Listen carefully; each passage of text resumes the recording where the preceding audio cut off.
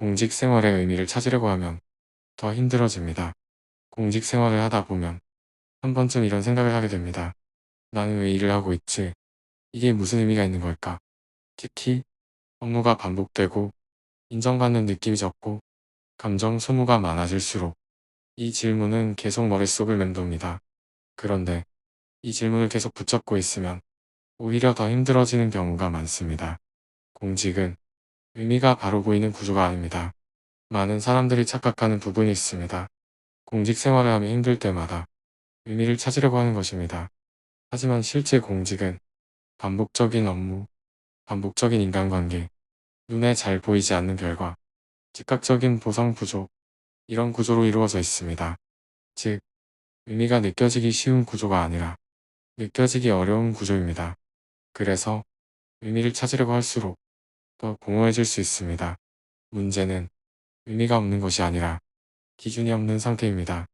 공직 생활이 힘들어지는 진짜 이유는 의미가 없어서가 아니라 기준이 없는 상태이기 때문입니다. 의미를 찾으려고 하면 외부에서 답을 찾게 됩니다.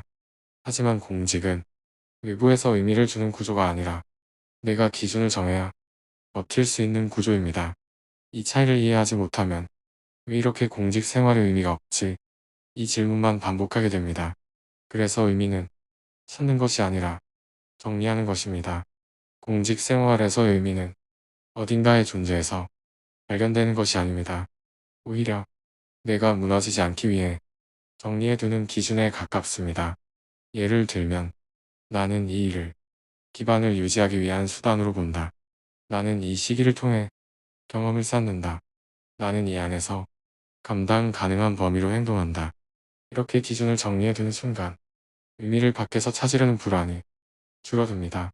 의미를 찾으려는 시도 자체는 자연스럽습니다. 하지만 공직에서는 그 방향이 잘못되면 허무감, 무력감, 회의감으로 이어질 가능성이 큽니다. 왜냐하면 공직은 의미를 느끼게 해주는 구조가 아니기 때문입니다. 그래서 계속 찾으려고 할수록 왜 나는 의미를 못 느끼지? 이런 자기의심으로 이어지게 됩니다. 많은 사람들이 공직 생활이 힘든 이유를 의미 없음이라고 생각합니다. 하지만 실제로는 의미를 찾으려고 하는 방향 자체가 나를 더 힘들게 만드는 경우가 많습니다. 공직은 의미를 느끼며 버티는 곳이 아니라 기준을 정리해서 버티는 곳에 가깝습니다. 공직 생활의 의미는 찾아지는 것이 아니라 버티기 위해 정리되는 것입니다. 그래서 중요한 것은 의미를 찾으려는 것이 아니라 내 기준을 만드는 것입니다. 그 기준이 있어야 흔들리지 않고 지속할 수 있습니다. 결국 힘든 이유는 일이 아니라 의미를 찾으려고 하는 방식일지도 모릅니다.